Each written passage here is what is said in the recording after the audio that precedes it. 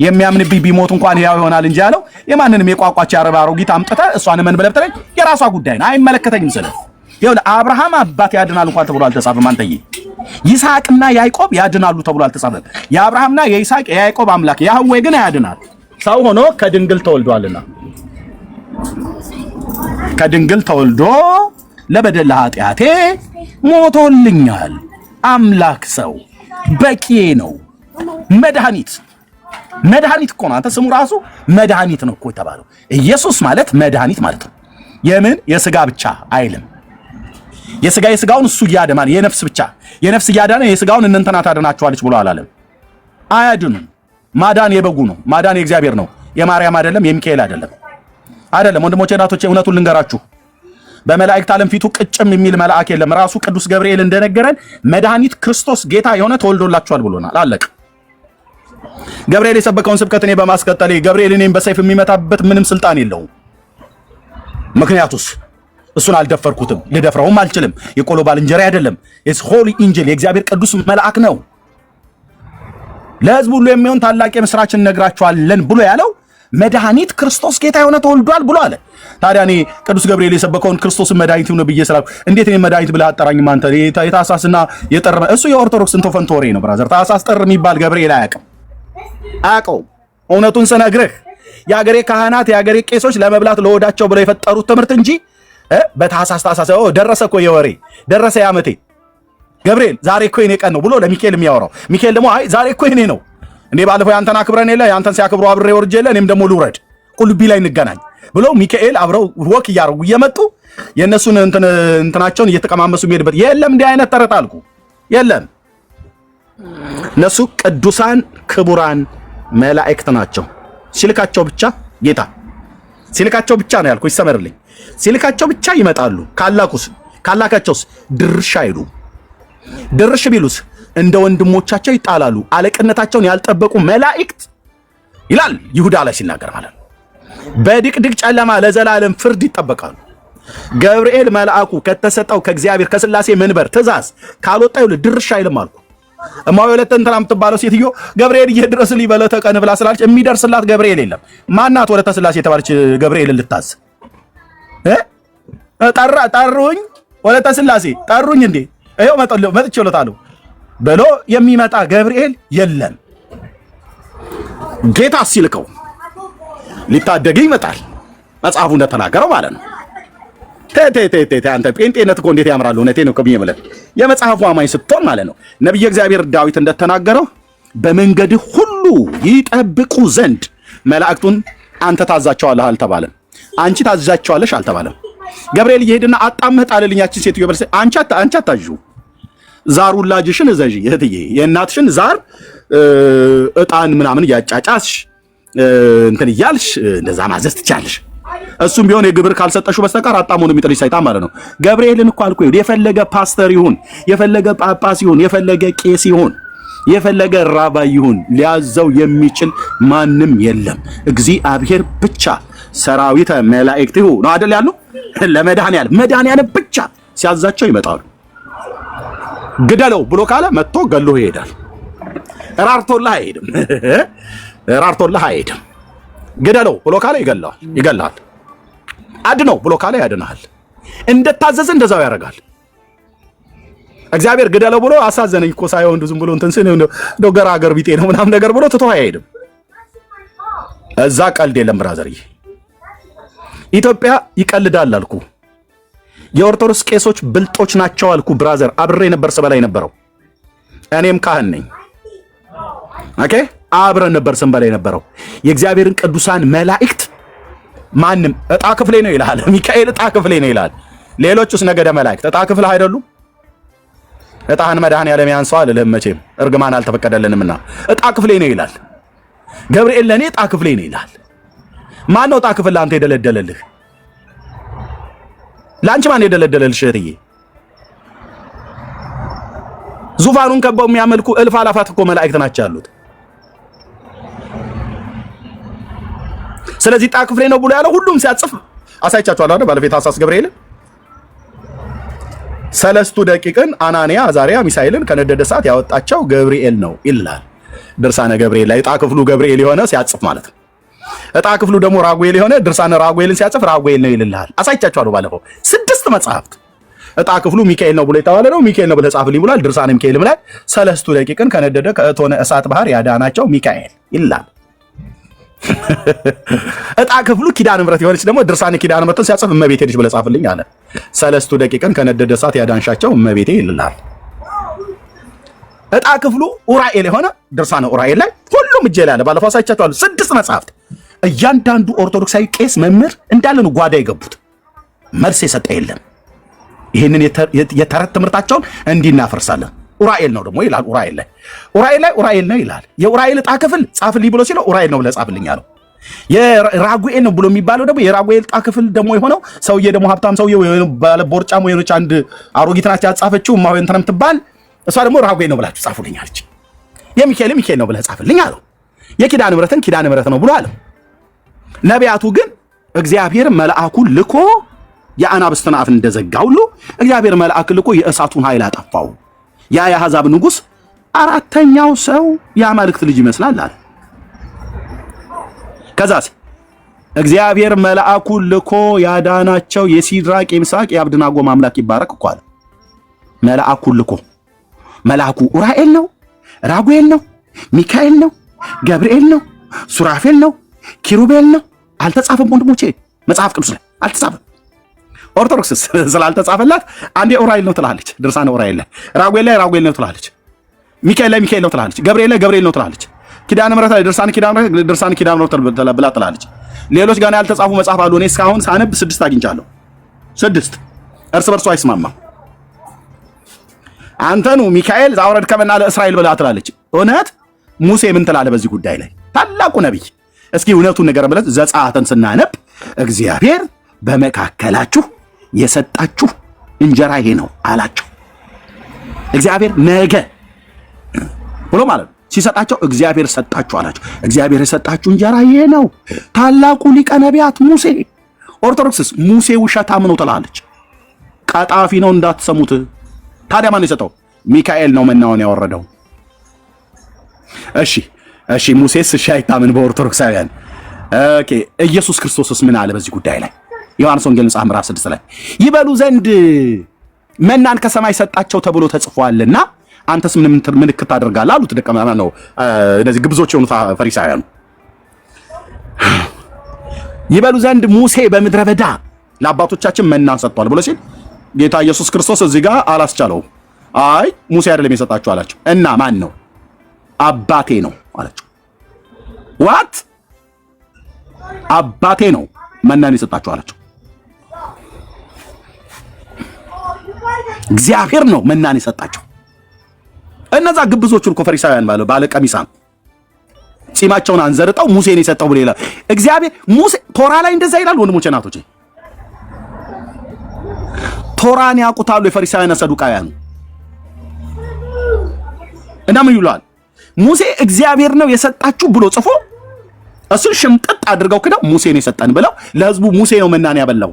ሙሴ ከየት አምጥቶ ያበላል መና? እኔ ይሄንን ህዝብ መግበዋለሁ ብሎ እኮ ሲያለቅስ ነበር እኮ እሱ ራሱ። ይሄን ህዝብ ወልጄዋለሁ እንደ እያለ እየተማረረ ማለት ነው። ሙሴ ያው እንግዲህ ወገኖቼ ሊቀ ነቢያት ሙሴ አባታችን ሞሼ ነው። ሞሼ እንጀራ ዳቦ ሰጧችሁ ሞሼ ይልላል። ግብዝ ፈሪሳዊ ሁሉ ሞሼ ከየት አምጥቶ ነው እንጀራ የሚሰጣቸው? እግዚአብሔር ነው የሰጣቸው። እነሱ ሞሼ ነው ይላሉ። ኦርቶዶክስ ሚካኤል ነው ትላለች። ኢየሱስና ሙሴ ደግሞ እግዚአብሔር ነው የሰጠው ይላሉ። ጴንጤ የማንን ነው የሚቀበለው? የኢየሱስንና የሙሴ። የኦርቶዶክስን ተረት እንረግጠዋለን፣ የአይሁድን ተረት እንረግጠዋለን። ለምን? የአይሁድ ተረት ውሸት ነው። የኦርቶዶክስም ተዋህዶ ቤተክርስቲያን ተረት ውሸት ነው። ሚካኤል መናን አልሰጠም፣ ሙሴም መናን አልሰጠም። ሙሴም ራሱ ሲናገር እግዚአብሔር ነው የሰጠው ብሏል። ታላቁ የተመሰገነው ጌታችን መድኃኒታችን ኢየሱስ ክርስቶስ አባቴን የሰጠው ብሏል። ያ ማለት እግዚአብሔር የሰጠው ማለት ነው። አለቀ። ኦርቶዶክስ ታዲያ ህዳር ሚካኤል ብላ የምትለው ከየት ነው ያመጣችሁ? ውሸት።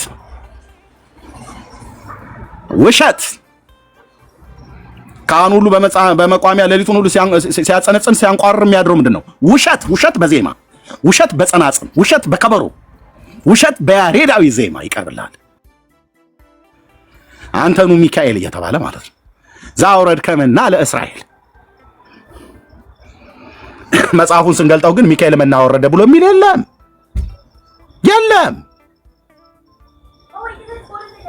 የለም። ዚቅ ያገላብጡ ቅዳሴ አምጡ የትኛው የለም መጽሐፍ ቅዱስ ላይ። አባቶቻችን አምልተው አስፍተው አንቦርቀቀው ይላል። የራሱ ጉዳይ ነው፣ የራሱ ጉዳይ።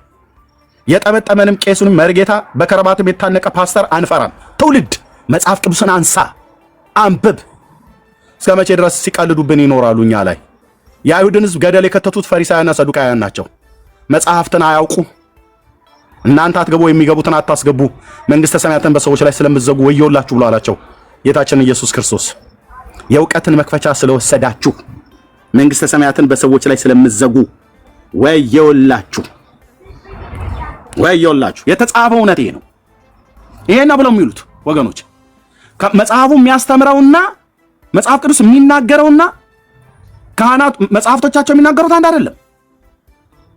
አይደለም። ቅዱስ ሚካኤል በዚህ አይከብርም። ወንድሞች እናቶች፣ በውሸት አይከብርም። ቅዱስ ገብርኤል በውሸት አይከብርም። ማንም ሊያዛቸው የሚችል የቆሎ ባልንጀሮቹ አይደሉም። ሂዝ ሆሊ ኢንጅል ቅዱስ ሚካኤል የእግዚአብሔር ቅዱስ መልአክ ነው፣ የመላእክት አለቃ። እንዳልኩ ከበስላሴ መንበር ብቻ ትእዛዝ ሲወጣ እሱ ሲልካቸው ብቻ ይመጣሉ። መጽሐፉ እንደዛ ነው የነገረን። እግዚአብሔር ሲልካቸው ቅዱሳን መላእክትን መጥተው ምድርን አጥፍተዋል፣ አገርን ገልብጠውታል፣ ሰዶምና ገሞራን። እግዚአብሔርን ከተማ እናጠፋው ዘንድ ላከን አይደል ያሉት? በቃ ልኳቸዋል። ሲልካቸው መጥተው ያጠፋሉ ከተማን። ሲልካቸው መጥተው ነገስታትን በወንበር ላይ እንደተቀመጠ ለእግዚአብሔር ቃል ክብር አልሰጥ ብሎ በትል ተበልቶ እንዲሞት አደረገው እኮ እግዚአብሔር መልአክ መታው ይላል።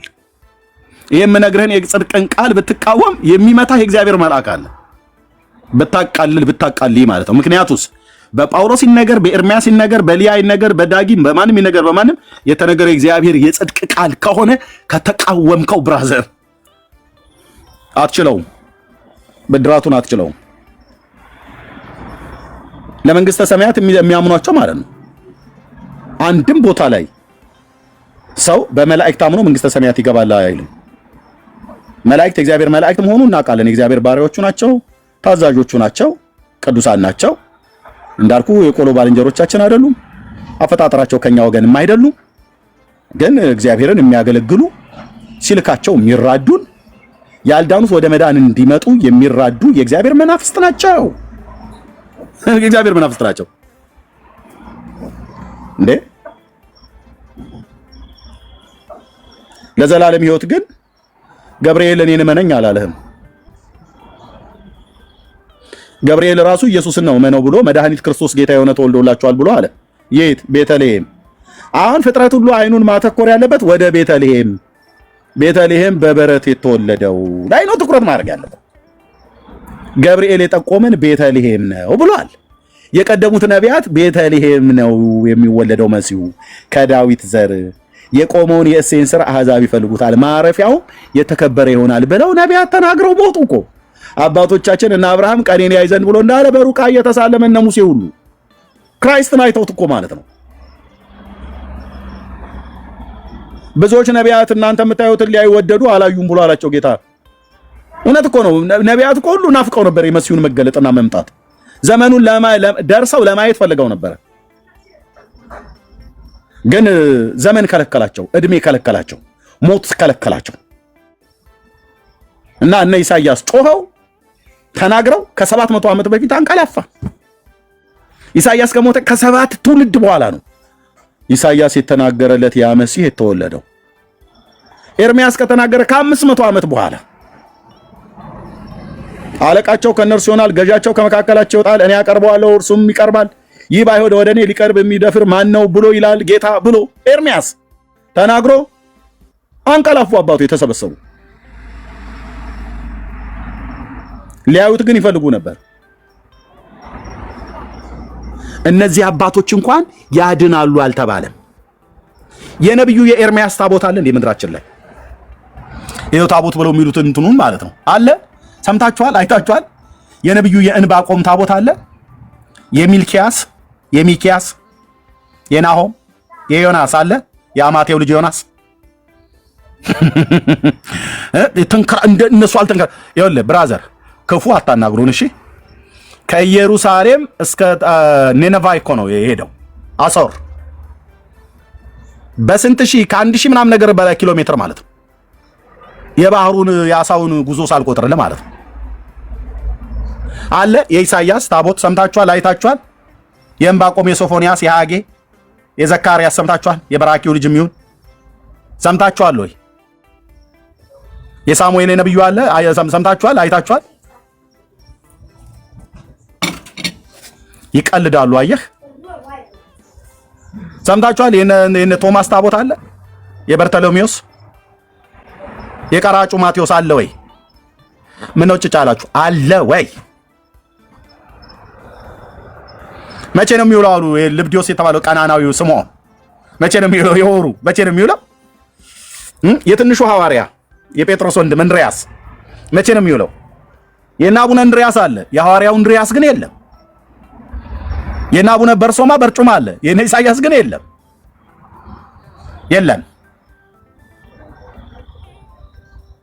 ለምን? ስለት አይሰሙም እነሱ አይደል? ስለት አይሰሙም ይለዋል። ይሄን እንኳን አጠይቁም ወንድሞችና እህቶች። የነዌ ልጅ የኢያሱ ታቦት የለም እንዴ? የነብይቱ የማርያም ነብይት ናት። የማርያም የለም? የነጣጡስን ስታስገቡ መቼ ነው የምትለው? የአሮን እህት ማርያም የራሱ የካህኑስ የአሮን ታቦቱ መቼ ነው የሚውለው? የሄኖክስ የለም? የነ ማቱሳላ የነ ኖህ የሴምና የካም የያፌትስ የለም? አባቶች አይደሉም እነዚህ? የታራን ታቦት አለ፣ የአብርሃም አባት። ኤርምያስ ነገሩን አታከረው ብለህ አትበለኝ፣ አከረዋለሁ። የሎጥስ አለው፣ የጻድቁ ሎጥ በሰዶምና በገሞራ ጻድቅ ነፍሱን እያስጨነቀ በሴሰኛ ኑሯቸው ከነሱ ጋር ያልተባበረ እግዚአብሔር አድኖት መልአክ ልኮ እጁን ጎትቶ ከከተማ ያወጣው አለ ወይ? የአባቱ የአራንስ አለ ወይ? የለም። እነዚህ ሁሉ አባቶች የሉ። ያለ የነማን ነው? አቡነ በርሶማ ነው። ጣጡስ ሚናስ ይላል። ባለ ግመሉ መጣልህ ይላል። አሁን ደግሞ ባለ ጃርቱ ይመጣልሃል። ባለ ከርከሮ ይመጣልሃል። ባለ ዘንዶ አይተናል። አቡነ አረጋዊ ባለ ዘንዶ ነው ይላል። ሚናስ ባለ ግመሉ ነው። ማን ነው ደግሞ የሚባለው? ባለ አንበሳ አለ። አባ ሳሙኤል ዘዋልድባ የሚባል ማለት ነው። ህንድ ሀገር አለች የሱ ሰውዬ እህት ናት ምንም ነገር አሉ ይመስለኛል። በአማልክት ይገናኛሉ። ህንድ ውስጥ ማን ነው ስሟ? በስርዓት ታይፕ ብታደርጉ በአንበሳ ላይ ነው የምትጋልበው። እንደ አንዳንድ አጋንንት እኮ ለዲሊቨራንስ ስንጸልይ እኔ አንዴ እንደዚህ ብሎናል። እዛ ከ6 ኪሎ ዩኒቨርሲቲ ለእኛ ቸርች 6 ኪሎ ጉባኤ እግዚአብሔር ስለነበርኩ እኔ እንደነገርኳችሁ ከዩኒቨርሲቲ እንዲጸልይላቸው መጥቶ ሰኞ የካውንስል እና ለዲሊቨራንስ እዛ እንጸልይ ነበር እና አንዴ መጥቶ እየጸለይን እያለ የኛን ጉባኤ እግዚአብሔር የምታውቁት በስክሪኑ ባለበት ጀርባ ላይ ቢሮ አለች።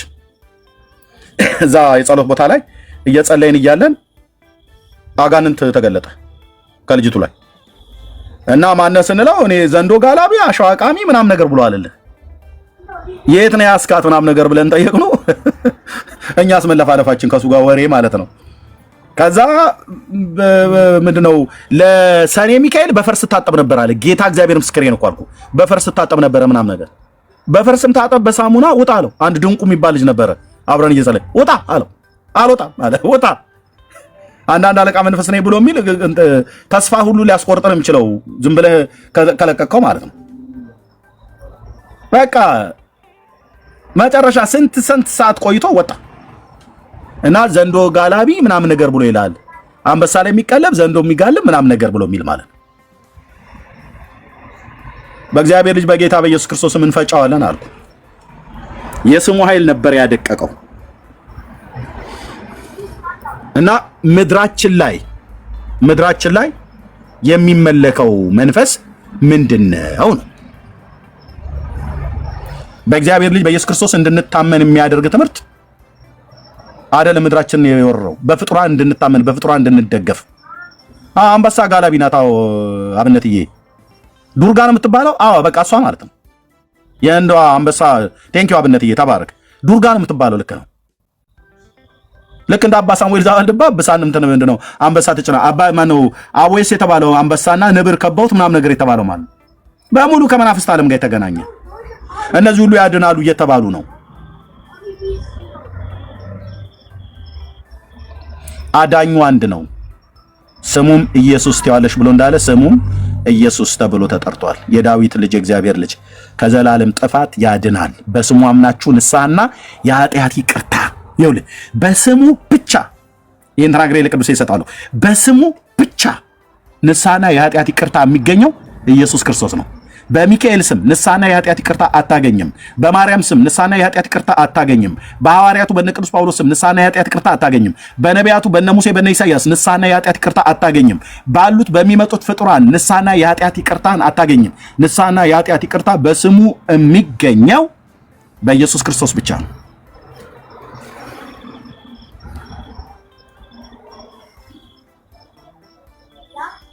ስለዚህ ሌሎቹን ለቀቅ፣ ኢየሱስን ጠበቅ አድርግ፣ ከዘላለም ጥፋት ትድናለህ። ጸጋና ሰላም ይብዛላችሁ። ዳጊ የምትለው ነገር አለ?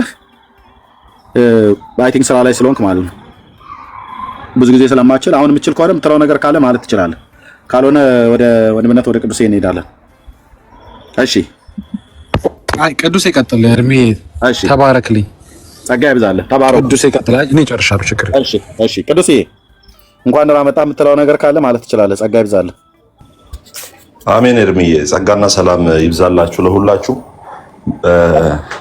በቃ እውነታው ይሄ ነው ማለት ጌታ ኢየሱስ ክርስቶስ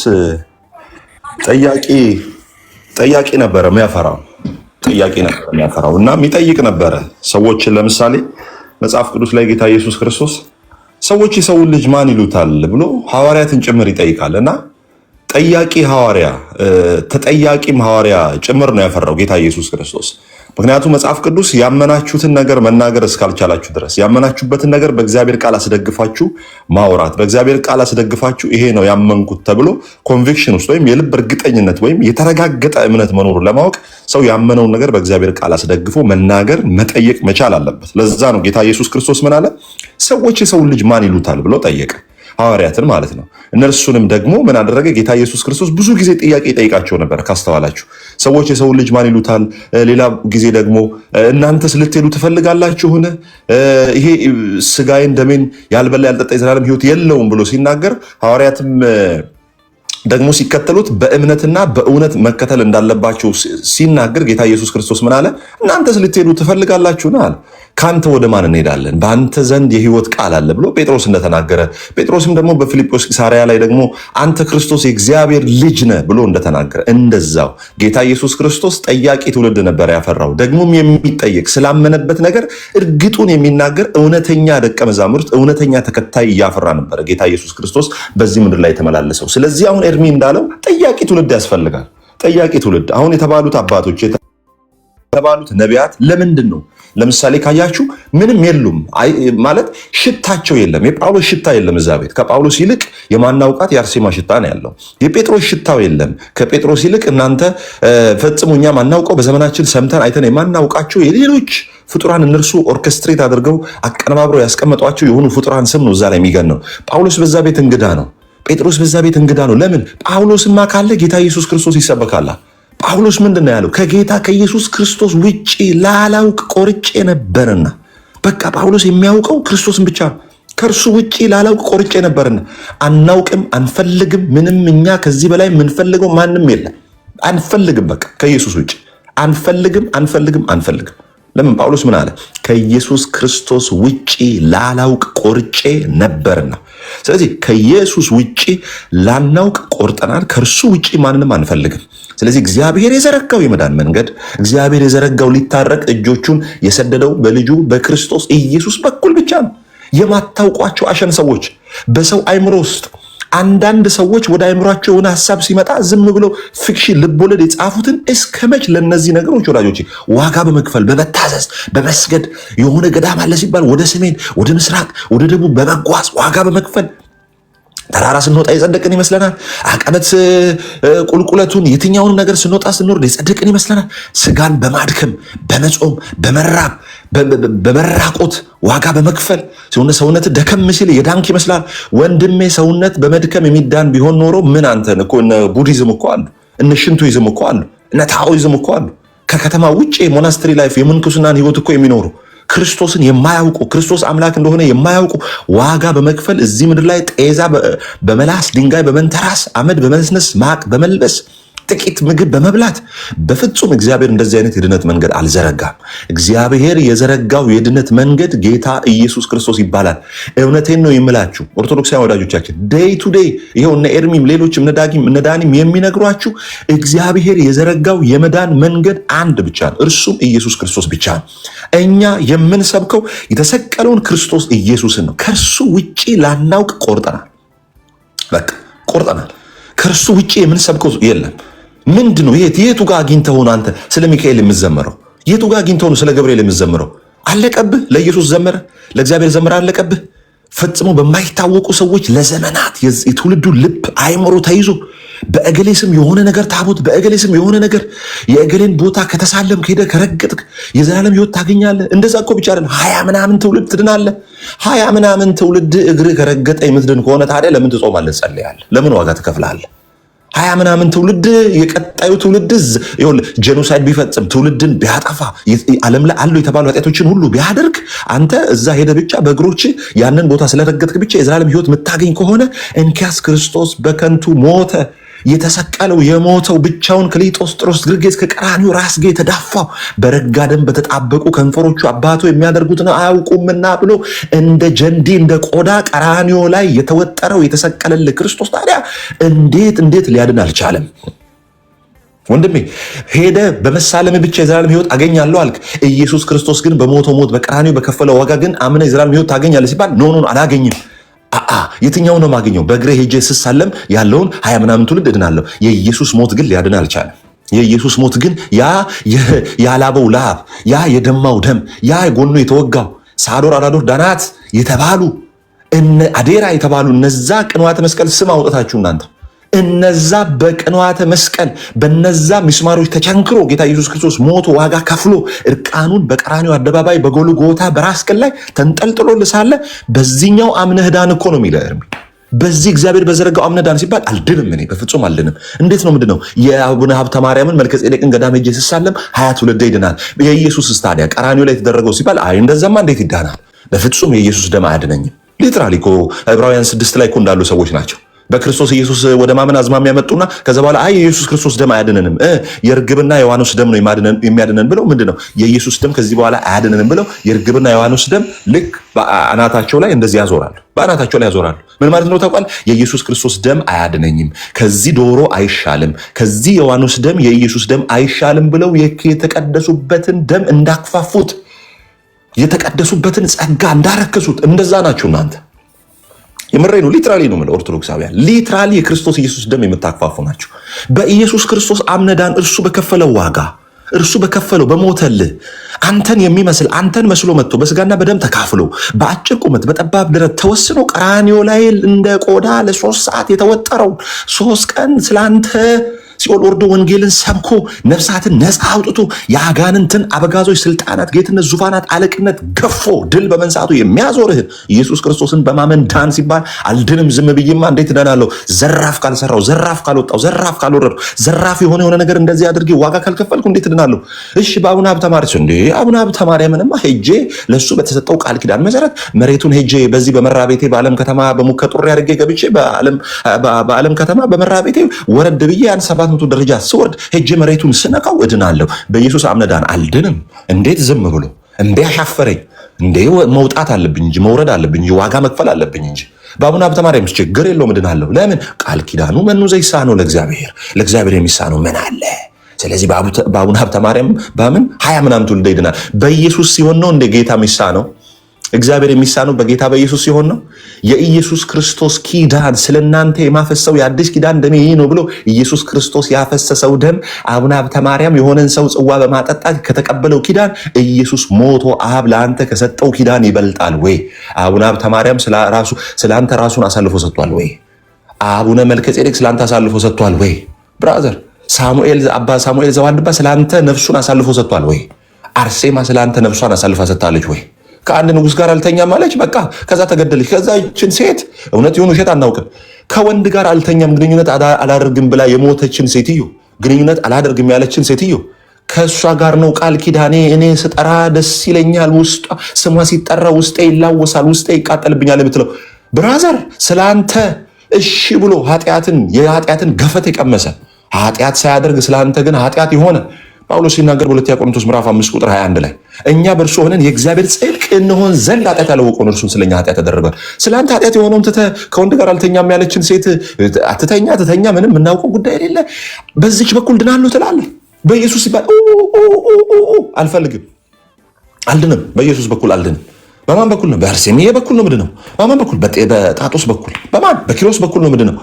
የኢየሱስ ክርስቶስ ደም እንትን ነው እንዴ? ሻምፓኝ ነው እንዴ? ውሃ ነው እንዴ?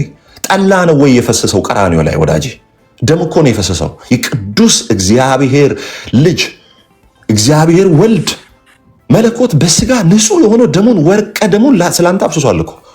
እንትና አይ የኢየሱስ ደም ፈሶልሃል በሱ አምነዳን ሲባል ኖ አልፈልግም። እሺ አይ እኔ በደሙ መፍሰስ ሳይሆን ለአንድ ችግረኛ ውሃ በማፍሰስ ነው ምድነው። አይገርምህም? ውሃ በማፍሰስ እድናለሁ፣ ለአንድ ችግረኛ ውሃ በማጠጣት እድናለሁ። የኢየሱስ ደም በደሙ መፍሰስ ግን አልድንም የሚል አመፀኛ ትውልድ፣ ክፉ ትውልድ፣ የአምልኮ መልክ ያለው ነጠላውን ያጣፋል፣ ይጾማለው ይላል። ነገር ግን ዋናውን ባለቤቱን የሞተለትን ማዕከል የሆነውን ክርስቶስ ኢየሱስን ገፍትሮ ከውጭ ያስቀመጠ ኢየሱስን የማያውቅ ለኢየሱስ ጀርባውን የሰጠ አመፀኛ ትውልድ፣ ኢየሱስ ሲባል ደም ስሩ የሚገተርበት፣ ኢየሱስ ሲባል ጆሮን የሚደፍን አብሮ ተባብሮ ከሙስሊም ጋር ኢየሱስ ሲባል ገፍትሮ ከሰልኮ የሚደፋ ህዝብ እኮ ነው ኢየሱስ ሲባል። አርሴማ ብለህ ብትወጣ ወዳጅ ያጨበጭቡልሃል። ማርያም ብለህ ብትወጣ ያጨበጭቡሃል፣ እልል ይሉልሃል። እዛ ቤት ኦርቶዶክስ መሆን እዛ ቤት ክርስቲያን መሆን የሚታወቀው ስለ ፍጡር ስታወራ እንጂ ስለ ኢየሱስ ካወራ አሽቀንጥረው እንደ ቆራሌው ዕቃ ይጥሉሃል። ስፍራህን ለይ ወዳጄ። ኢየሱስን ከሚሉት ጳውሎስና ጴጥሮስ እንዳሉት በየስፍራ ሁሉ የጌታ ኢየሱስ ክርስቶስን ስም ከሚጠሩ ሁሉ ጋር ሰላም ለእናንተ ይሁን እንዳለ ወደዚህ በረት እንድትመጣ እነግርሃለሁ፣ ወደ ህይወት እንድትመጣ እነግርሃለሁ። ኢየሱስ ማለት አበዛ ትባላለህ አንተ። ኢየሱስ ማለት አበዛችሁ እኮ ይባላል። መቼ በዝቶ መቼ ገና ተነግሮ መቼ ገና ተወርቶ የሞተው ብቻውን መስቀል ላይ የሞተው ነው። ማርያም አብሮ አልሞተችም። ዮሐንስ አብሮ አልተሰቀለም። ሐዋርያ ዮሐንስ ወዳጅ ሚካኤል አብሮ አልተሰቀለም። ብቻውን መስቀል ላይ የተሰቀለው ብቻውን መድረክ ላይ ይሰብካል። ብቻውን የሞተው ብቻውን መድረክ ላይ ይሰብካል። ብቻውን ቀራንዮ ላይ እንደ ቆዳ የተወጠረው ኢየሱስ ብቻውን በጴንጤ ቤት ይነግሳል። ከሰኞ እስከ እሑድ ኢየሱስ ነው። ከመስከረም እስከ ጳጉሜ ድረስ ኢየሱስ ነው። ለምን ማንም አይሰበክም? እንመጣባቸዋለን ገና። እነዚህን ለዘመናት የተተረኩ የሐሰት ትርክቶች ትውልድን ከተሰቀለው ከኢየሱስ ክርስቶስ መስቀል ላይ ገሸሽ ያደረገ ዘወር ያደረገ ልቡን ያሸፈተ የአጋንንት ትምህርቶች ሁሉ በእግዚአብሔር ቃል በመዶሻ በሆነው በእግዚአብሔር ቃል እናፈርሳቸዋለን፣ እንወጣባቸዋለን። ልክ ካሌብ ኤናቃውያንን አለ ከተራራው ላይ ኤናቃውያንን አስወግዶ ማን ነው ልጅ ምድርለት እንዳለው ኤናቃውያንን ከትውልዱ አይምሮ ላይ እናፈርሳቸዋለን። ተራራውን እንቆጣጠራለን። ኢትዮጵያን እንቆጣጠራለን። በምን? በወንጌል ቃል። ኢትዮጵያ ላይ የተሰገሰጉ ኤናቃውያንን ከክርስቶስ ውጪ ትውልድን ወደ ሌላ ቦታ እንዲሄድ አዚም ያደረጉትን ኤናቃውያንን መንፈሳዊ ኤናቃውያንን እናባረራቸዋለን። ልክ አብርሃም ከመስዋዕቱ ላይ አሞራዎችን እንዳሳደደ አሞራዎችን ይከለክል እንደነበረ ከተቀደሰው እግዚአብሔር መስዋዕት አድርጎ ከተቀበለው ካሸተተው እግዚአብሔር ከረካበት ዙፋኑን ካወደው ዙፋኑን ጥሩ መዓዛ ከሰጠው ከኢየሱስ ክርስቶስ ውጪ ሌላ መስዋዕት የገማ መስዋዕት የሚሸት መስዋዕት የሚከረፋ መስዋዕት ይዞ የመጣው በእግዚአብሔር ልጅ በኢየሱስ ክርስቶስ ስም ስልጣን እናፈርሰዋለን። እያፈረስን ነው። ዛሬ ላይ ፈርስልህ ይችላል፣ ነገ ላይ ፈርስልህ ይችላል፣ የዛሬ ዓመት ላይ ፈርስልህ ይችላል። እመነኝ፣ አንድ ቀን ከኛ ላይ አዚምና ድንዛዜ እንደፈረሰ እንደተሰበረ ቀንበር ካንተም ላይ ይሰበራል። መዳኛ መንገዱ እግዚአብሔር የዘረጋው ኢየሱስ ክርስቶስ ብቻ ነው። ወዳጄ አያሳዝናችሁም? ኢየሱስ የሞተላችሁን ትታችሁ ቀን ቆጥራችሁ ይለይብኛል ሚካኤል አባቴ ይለይብኛል ጠብቆ አሳድጎ። መጽሐፍ ቅዱስ ላይ የትኛው መልአክ ሰው ሲያሳድጋየ? መጽሐፍ ቅዱስ ላይ የትኛው ሰውዬ ሲያሳድጋየ? ብራዘር መጽሐፍ ቅዱስ የሚናገረው ጳውሎስ ያጠጣ ነበረ፣ አጵሎስ ይኮተኩት ነበረ፣ እግዚአብሔርም ያሳድግ ነበር ተብሎ ነው የተጻፈው። ሰው ያሳደገ መልአክ የለም፣ ሰው ያሳደገ ቅዱስ የለም። ጳውሎስ ራሱ አሳዳጊ አይደለም። ጳውሎስ ሊተክል ይችላል። በእግዚአብሔር ቃል በክርስቶስ ኢየሱስ ትምህርት በጤናማው ትምህርት ሊተክል ይችላል። የሚያሳድግ ሕይወትን የሚኮተኩት ከአደጋ የሚጠብቅ በመውጣት መግባት የሚባርክ ክፉን፣ አዚምን፣ ድንዛዜን፣ ሟርትን፣ ጥንቆላን እያለፈ ምሕረቱን እያገነንል ቸርነቱና ምሕረቱን ከአንተ ጋር አብሮ እያኖረ በመኝታ የሚጠብቅ አፍን ከፍተህ ስትተኛ አውሬ ገብቶ እንዳይገል የሚጠብቅ የሚያሳድግ ምሕረት የሚያደርግል የሚመግብ የሚያጠጣ በፍታን የሚያለብስ ልብስህን የሚያለብስ ማዕድን የሚሰጥ በመውጣት መግባት የሚረዳ ምሕረትን የሚያደርግልህ ቸርነትን የሚያደርግልህ በታመም ጊዜ አልጋህን የሚያነጥፍልህ ዳዊት እንዳለው እግዚአብሔር ነው። ማንም መልአክ አሳድጎ ይለይብኛል። ከማን ነው የሚለይብህ? ከኢየሱስ ነው የሚለይብህ? ከእግዚአብሔር ነው ወይ የሚለይብህ? እውነት ነው፣ ከኢየሱስ ይለይብሃል። አንተ በምናብ ያስቀመጥከው በአእምሮ ውስጥ ያስቀመጥከው እግዚአብሔር አድርጎልህ ሁላ እንትና አደረገልኝ። እግዚአብሔር እኮ በምክንያት እግዚአብሔር የዋህነትን አይቶ እንኳን መልካም ነገር ሲያደርግልህ you gave a credit for the saints ለፍጥረት ትሰጣለህ። እግዚአብሔር ምሕረቱን አግንኖልህ እንደው ምንም ብትሆን ፍጥረቱ ነህና እግዚአብሔር ምሕረቱን አብዝቶልህ የሆነ መልካም ነገር ሲፈውስ አርሴማ ፈወሰችኝ፣ እገሌ ፈወሰኝ፣ ሚካኤል ፈወሰኝ። እግዚአብሔር መጽሐፍ ቅዱስ ሲናገር በጎ ስጦታ ፍጹምን በረከት ከላይ ከብርሃናት አባት ይወርዳሉ ተብሎ ይጻፈው። ከብርሃናት አባት ከእግዚአብሔር ብቻ ነው በጎ ስጦታ የሚወርደው። የትኛው መልአክ በጎ ስጦታ አይሰጥህም። ካልተላከ ምንም ሊያደርግ አይችልም። ብራዘር የሀገሪቱ ውጭ ጉዳይ ሚኒስተር አንድን አምባሳደር ካላከ ድረስ ሄዶ ብራዚል ላይ አምባሳደር ነኝ ቢል ቢንፈራፈር ማንም አይሰማውም። ላኪ ያስፈልገዋል። ላኪ ያስፈልገዋል። ጠቅላይ ሚኒስተሩ ካላከው የሆነ ሚኒስተር መጥቶ እኔ ሚኒስተር ነኝ ብሎ ወረቀት ቢይዝ ምን ቢል ቢንፈራፈር ማንም አይቀበለውም። ዋናው ካላከው መልእክተኛው ወደ አንተ አይመጣም። እውነት እኮ ነው ያለው። በጳውሎስ ስም የትኛውን ታቦት ነው የምታውቀው? ይኑር እንኳ ቢባል ስለ ታቦት ጽንሰ ሐሳብ የማያውቁ አንድ ቀን ክርስቶስ ኢየሱስን ተናግሮ የማያውቁ አንድ ቀን ኢየሱስ ክርስቶስን ተናግሮ የማያውቁ በዘመናት መካከል ውሸት። እስከ መቼ ነው የሀገሬ ሕዝብ ወይ ማትነቃው? እስከ መቼ ድረስ ነው ወንጌል ሲነገር ጆሮ ዳባ ለበስ የምትለው? ለምንድን ነው የሚቆረቆር? ኢየሱስ ሲባል ወዳጄ ልብ ሊዘል ነው የሚገባው። እንደሞሳ ልብ ሊዘል ነው የሚገባው። ዋላ ወደ ውሃ ምንጭ እንደተጠማች እንደሰው ኢየሱስ ሲባል ኢየሱስዬ፣ አምላኬ፣ ጌታዬ፣ መድህኔ በቀራንዮ ላይ የተሰቀልክልኝ እርጥብ መስቀል የተሸከምክልኝ ውዴ፣ ስሜ፣ ጌጤ፣ ክብሬ ብለህ ለኢየሱስ ልብህን ልክ አልባስጥሮስ ሽቶ እንዳፈሰችው እንደ ማርያም ለኢየሱስ ልብህን ማፍሰስ አለብህ ወዳጄ። ኮከቡ ኢየሱስ ነው። ንጉሱ ኢየሱስ ነው። የሚደምቀው ኢየሱስ ነው። ብቻውን ሞቷል፣ ብቻውን ይሰበካል። ብቻውን ሞቷል፣ ብቻውን ይዘመርለታል። ብቻውን ተሰቅሏል፣ ብቻውን ይነገርለታል። እርሱ ብቻ በመስቀል ላይ የሞተው እርሱ ብቻ። ወዳጄ የኢየሱስ ፊልም ላይ ነው ጨርቅ ያደረጉለት ያገለደሙለት። የኢየሱስ ፊልም ላይ አሁን ይሄ ሚል ግብሰን ምናምን በሰሩት ላይ ጨርቅ አላገለደሙም ለብልቱ። ትቀልዳለህ እንዴ? ለወንድነቱ ትቀልዳለህ እንዴ? አራኩተው ህማምና ደዌን ያስተናገደ ነው። ህማም ማለት ሳይኮሎጂካሊ ራቁቱን የተሰቀለ በህዝብ ሁሉ ፊት ሰው አይኑን ይሰውርበት ነበር እኮ ይላል። ጨርቅ ያገለደሙት እዚህ የሚሳሉ ስዕል ላይ ነው። መለመላውን ነው ኢየሱስን የሰቀሉት። የትኛው ነው መለመላውን ስላንተ የተሰቀለው? ህማም ማለት እኮ ሳይኮሎጂካል ኢልነስ ማለት እኮ ነው። ደዌ ማለት ደግሞ ስጋዊ እኮ ነው። የስጋ በሽታ እኮ ነው። ህማም ታውቀዋለህ? በሰው ፊት ራቁትን መሰቀል፣ የወንድነት ክብር ተገፎ በሰው ፊት መሰቀል። የትኛው ይሻልሃል ወዳጅ? የትኛው ይሻልሃል? የትኛው ነው የሚሻልልህ? የትኛው ይሻልሃል? አርሴማ ይሻላለች? ኢየሱስ ይሻልሃል? ተክለ ሃይማኖት ይሻልሃል ወይስ ኢየሱስ ይሻልሃል? አይተህ ማታውቀው ስውሩ ሚካኤል ይሻልሃል? ሽንቁሩ ሚካኤል ይሻልሃል? ኢየሱስ ይሻልሃል።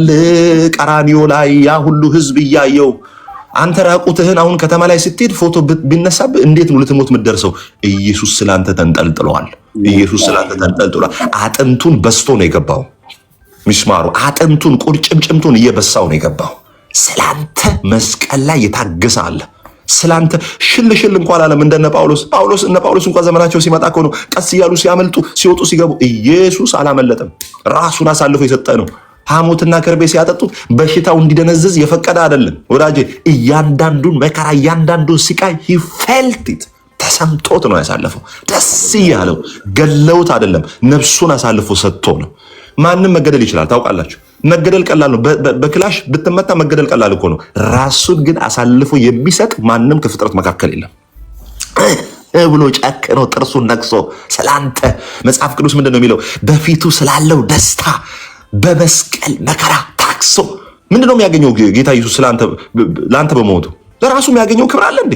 ለራሱ የሚያገኘው ከፍታ አለ ወይ? ከየትኛው ከፍታ ነው ወደ የትኛው ከፍታ የምታወጣው? ጌታ ኢየሱስ ከሞተ በኋላ አይደለም ሊሞት ሲል በዮሐንስ ወንጌል ምዕራፍ 17 ላይ ዓለም ከመፈጠሩ በፊት በነበረኝ ክብር አክብረኝ። ሲሞትልህ አይደለም ከፍ የሚለው ክብሩ የሚከብረው ዓለም ከመፈጠሩ በፊት ከአብ ከመንፈስ ቅዱስ ጋር በሚኖርበት ክብር ነው አክብረኝ አለ። ስላንተ ነው። የምን ጥቅም አግኝቶ? ምንም ጥቅም አያገኝም። ግንስ በአንተ መዳን ይደሰታል። ጥቅሙ እሱ ነው። የልቡ ደስታ፣ የልቡ ሐሴት። መጽሐፍ ቅዱስ እኮ እንደሚናገር ጻድቅ ባሪያዬ በእውቀቱ ብዙዎችን ያጸድቃል፣ ከነፍሱ ድካም ብርሃንን ያያል ይላል ኢሳይያስ በምዕራፍ 53 ላይ። ከነፍሱ ድካም ከተወጋው ጎኑ ከፈሰሰው ወርቀ ደሙ ንጹህ ከሆነው ንጹህ ባህሪ ከሆነው ንጹህ ስጋ ንጹህ ነፍስ ከሆነው ከክርስቶስ ኢየሱስ ደም ከሚወጣው ከዛ ካለፈው መከራ የተነሳ በምን ይደሰታል? አንተና እኔ ድነን ኢየሱስ ነው የደረሰልኝ፣ ኢየሱስ ነው ወግ ማርጌ ያዳነኝ፣ እርሱ ነው ከድቅድቅ ጨለማ ያወጣኝ፣ እርሱ ነው ወደሚደነቅ ብርሃን ያስገባኝ፣ እርሱ ነው መዳን በእርሱ እንጂ በሌላ በማንም የለም። ኢየሱስ እውነት፣ መንገድ፣ ሕይወት ስትል እፎይ ስትል እርፍ ስትል እሰይ ስትል የኢየሱስ ደስታ ይሄ ነው። እርሱ ላይ የተጨመረ ሌላ ክብር የለም። በመሞቱ የተጨመረለት ክብር የለም። እርሱ የክብር መደምደሚያ ነው። ክብር ራሱ የሚያከብረው ኢየሱስን ነው። ስልጣን ራሱ የሚገዛው ለኢየሱስ ነው። ጥበብ የምትለው ራሱ የሚገዛው ለኢየሱስ ነው። እግዚአብሔር ወልድ ጌታ ኢየሱስ ክርስቶስ ጥበብ ያለው አይደለም፣ ራሱ ጥበብ ነው። ስልጣን ያለው አይደለም፣ ራሱ ስልጣን ነው። እውቀት ያለው አይደለም፣ ራሱ እውቀት ነው። ክብር ያለው አይደለም፣ ራሱ ክብር ነው። ክብር ራሱ ለእግዚአብሔር ልጅ ለኢየሱስ ክርስቶስ ይንበረከካል፣ ይሰግዳል። ወደዚህ ኢየሱስ ነው፣ ወደ አስደናቂው ኢየሱስ። ጴንጤ በምንድን ነው የሚታወቀው? ኢየሱስ። እናንተስ? ማርያም፣ ሚካኤል፣ እንትና በርሶማ፣ አቡነ ደንቆሮ። እነኝን ሰዎች አይምሮ ላይ ያመጣ በውሸት ትርክት እስከ መቼ ይገዛል ጠላት? እንዳትሸወድ ወዳጄ፣ ልብህን ክፈት። ለሚናገረው እምቢ እንዳትሉ ተብሎ ተጽፈዋል። በፍጹም አሻፈረኝ እንዳትል። የሞተልህን ኢየሱስ አንግስ። የምሬን ነው የምልህ። ማርያም ባትኖር ሚካኤል ባይኖር ኢየሱስን ብቻ ያዝ። ሰላም ይሁኑ እነሱ። እግዚአብሔር ይባርካቸው ስለ አገልግሎታቸው። ኢየሱስ ብቻውን በቂ ነው። ብቻውን ጂሰስ ኢዝ ሞር ዛን ኢናፍ። ብቻውን ኢየሱስ በቂ ነው። አንተ ብቻውን እኮ እንዴ! መልአክን የፈጠረ እንዴት መልአክ አይሆንልህም? ሰውን የፈጠረ ሰው ሆኖ ይረዳሃል። ትቀልዳለህ? በወንድም በኩል ሰው ሆኖ ይረዳሃል። ገንዘብ ነው ኢየሱስ። ሰው ነው ኢየሱስ። ብርቱ ደራሽ ነው ኢየሱስ። በመከራ ጊዜ አስታዋሽ ነው ኢየሱስ። የበረሃ ጓደኛ ነው ኢየሱስ። ሚስጥር ጠባቂ ነው ኢየሱስ። ገመና ሸፋኝ ነው ኢየሱስ። አደባባይ ላይ ስኬትህ የሚናገር ነው ኢየሱስ። ሚስጥርህን ግን ለአንተ የሚናገር ነው ኢየሱስ። በፈለግከው ሁኔታ ያ የፈለግከውን ነገር ሆኖ መቅረብ ይችላል። ኢየሱስ በቂ ነው ስንል መልአክ መሆን ቢያስፈልግ መልአክ ሆኖ ያድንሃል። ሰው መሆን ቢያስፈልግ ሰው ሆኖ ያድንሃል። ወንድም መሆን ቢያስፈልግ ወንድም ሆኖ ይደርስልሃል። ማናጀር መሆን ማናጀር ሆኖ ከፍ ያደርግሃል። መጥቶ ይሁን አስቤዛ ይሆንልሃል ኢየሱስ። ልብስ ይሆንልሃል ኢየሱስ። ጌጥ ይሆንልሃል ኢየሱስ። ጤና ይሆንልሃል ኢየሱስ። መከበር ይሆንልሃል ኢየሱስ። መደመጥ ይሆንልሃል ኢየሱስ። መሰማት ይሆንልሃል ኢየሱስ። ሞገስ ይሆንልሃል ኢየሱስ። ሰላም ይሆንልሃል ኢየሱስ። መጠጥ ይሆንልሃል ኢየሱስ። ምግብ ይሆንልሃል ኢየሱስ። የበፍታ ይፍሪ ይሆንልሃል ኢየሱስ። በአባቴ ማይደርስልህ ቦታ የለም። ኢየሱስ ሁሉ በሁሉ ነው። በክርስቶስ ኢየሱስ በማመን ከጨለማ እንድትድኑ አበረታታችኋለሁ። ኤርሚ አብሯችሁ ይጸልያል። ጌታ ኢየሱስ ክርስቶስ እንድትቀበሉ ኢየሱስ ከሁሉ በላይ ነው። ወዳጆች ኢየሱስ ይወዳችኋል። እንዳላረዝም እኔ ኤርሚዬ ቴንኪዩ። ተባረክልን ወንድምነት። ጌታ እግዚአብሔር ዘመንህን ይባርክ። በእውነት የእግዚአብሔር ክብር የእግዚአብሔር መንፈስ በአንተ ላይ ስላለ እግዚአብሔር ለዘላለም ስሙ ይባረክ። ክብር ለጌታ ይሁን። ተስፋ አልነበረውን ያንን ህይወቴን የሞት ድምፅ ቢሰማ ጨለማው ቤቴን በፍቅር ዘልቀ ወደ ውስጠኛው ልቤ ውስጥ ገብተ አበራህልኝ የህይወቴን ብርሃን ተስፋን ሰጠ። ሰላም ህይወቴን አጥለቀለቀው፣ የደስታ ዘይት ውስጤን አራሰው።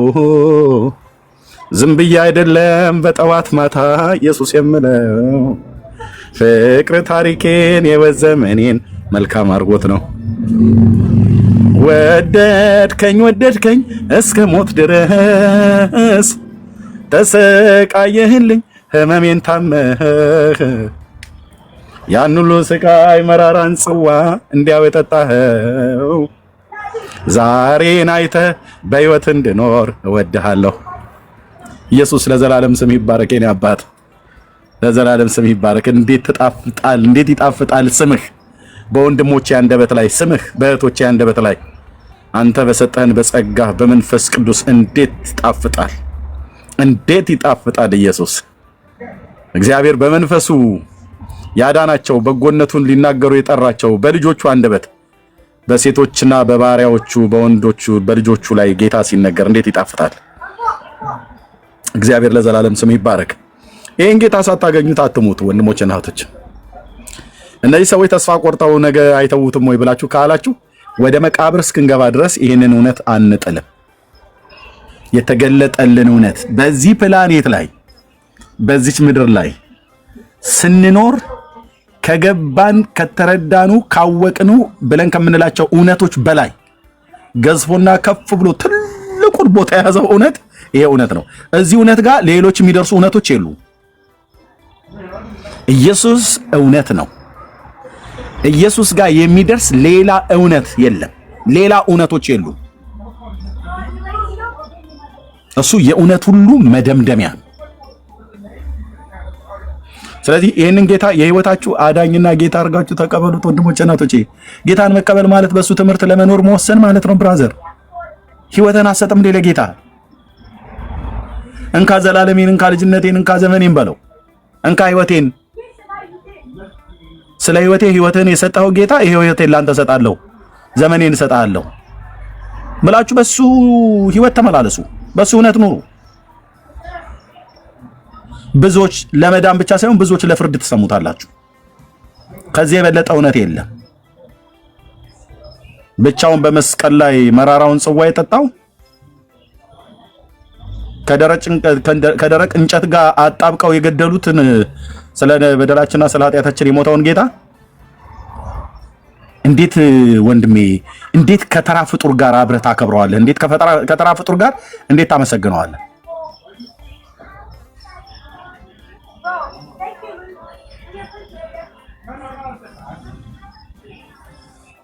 እኛ ግን እንለዋለን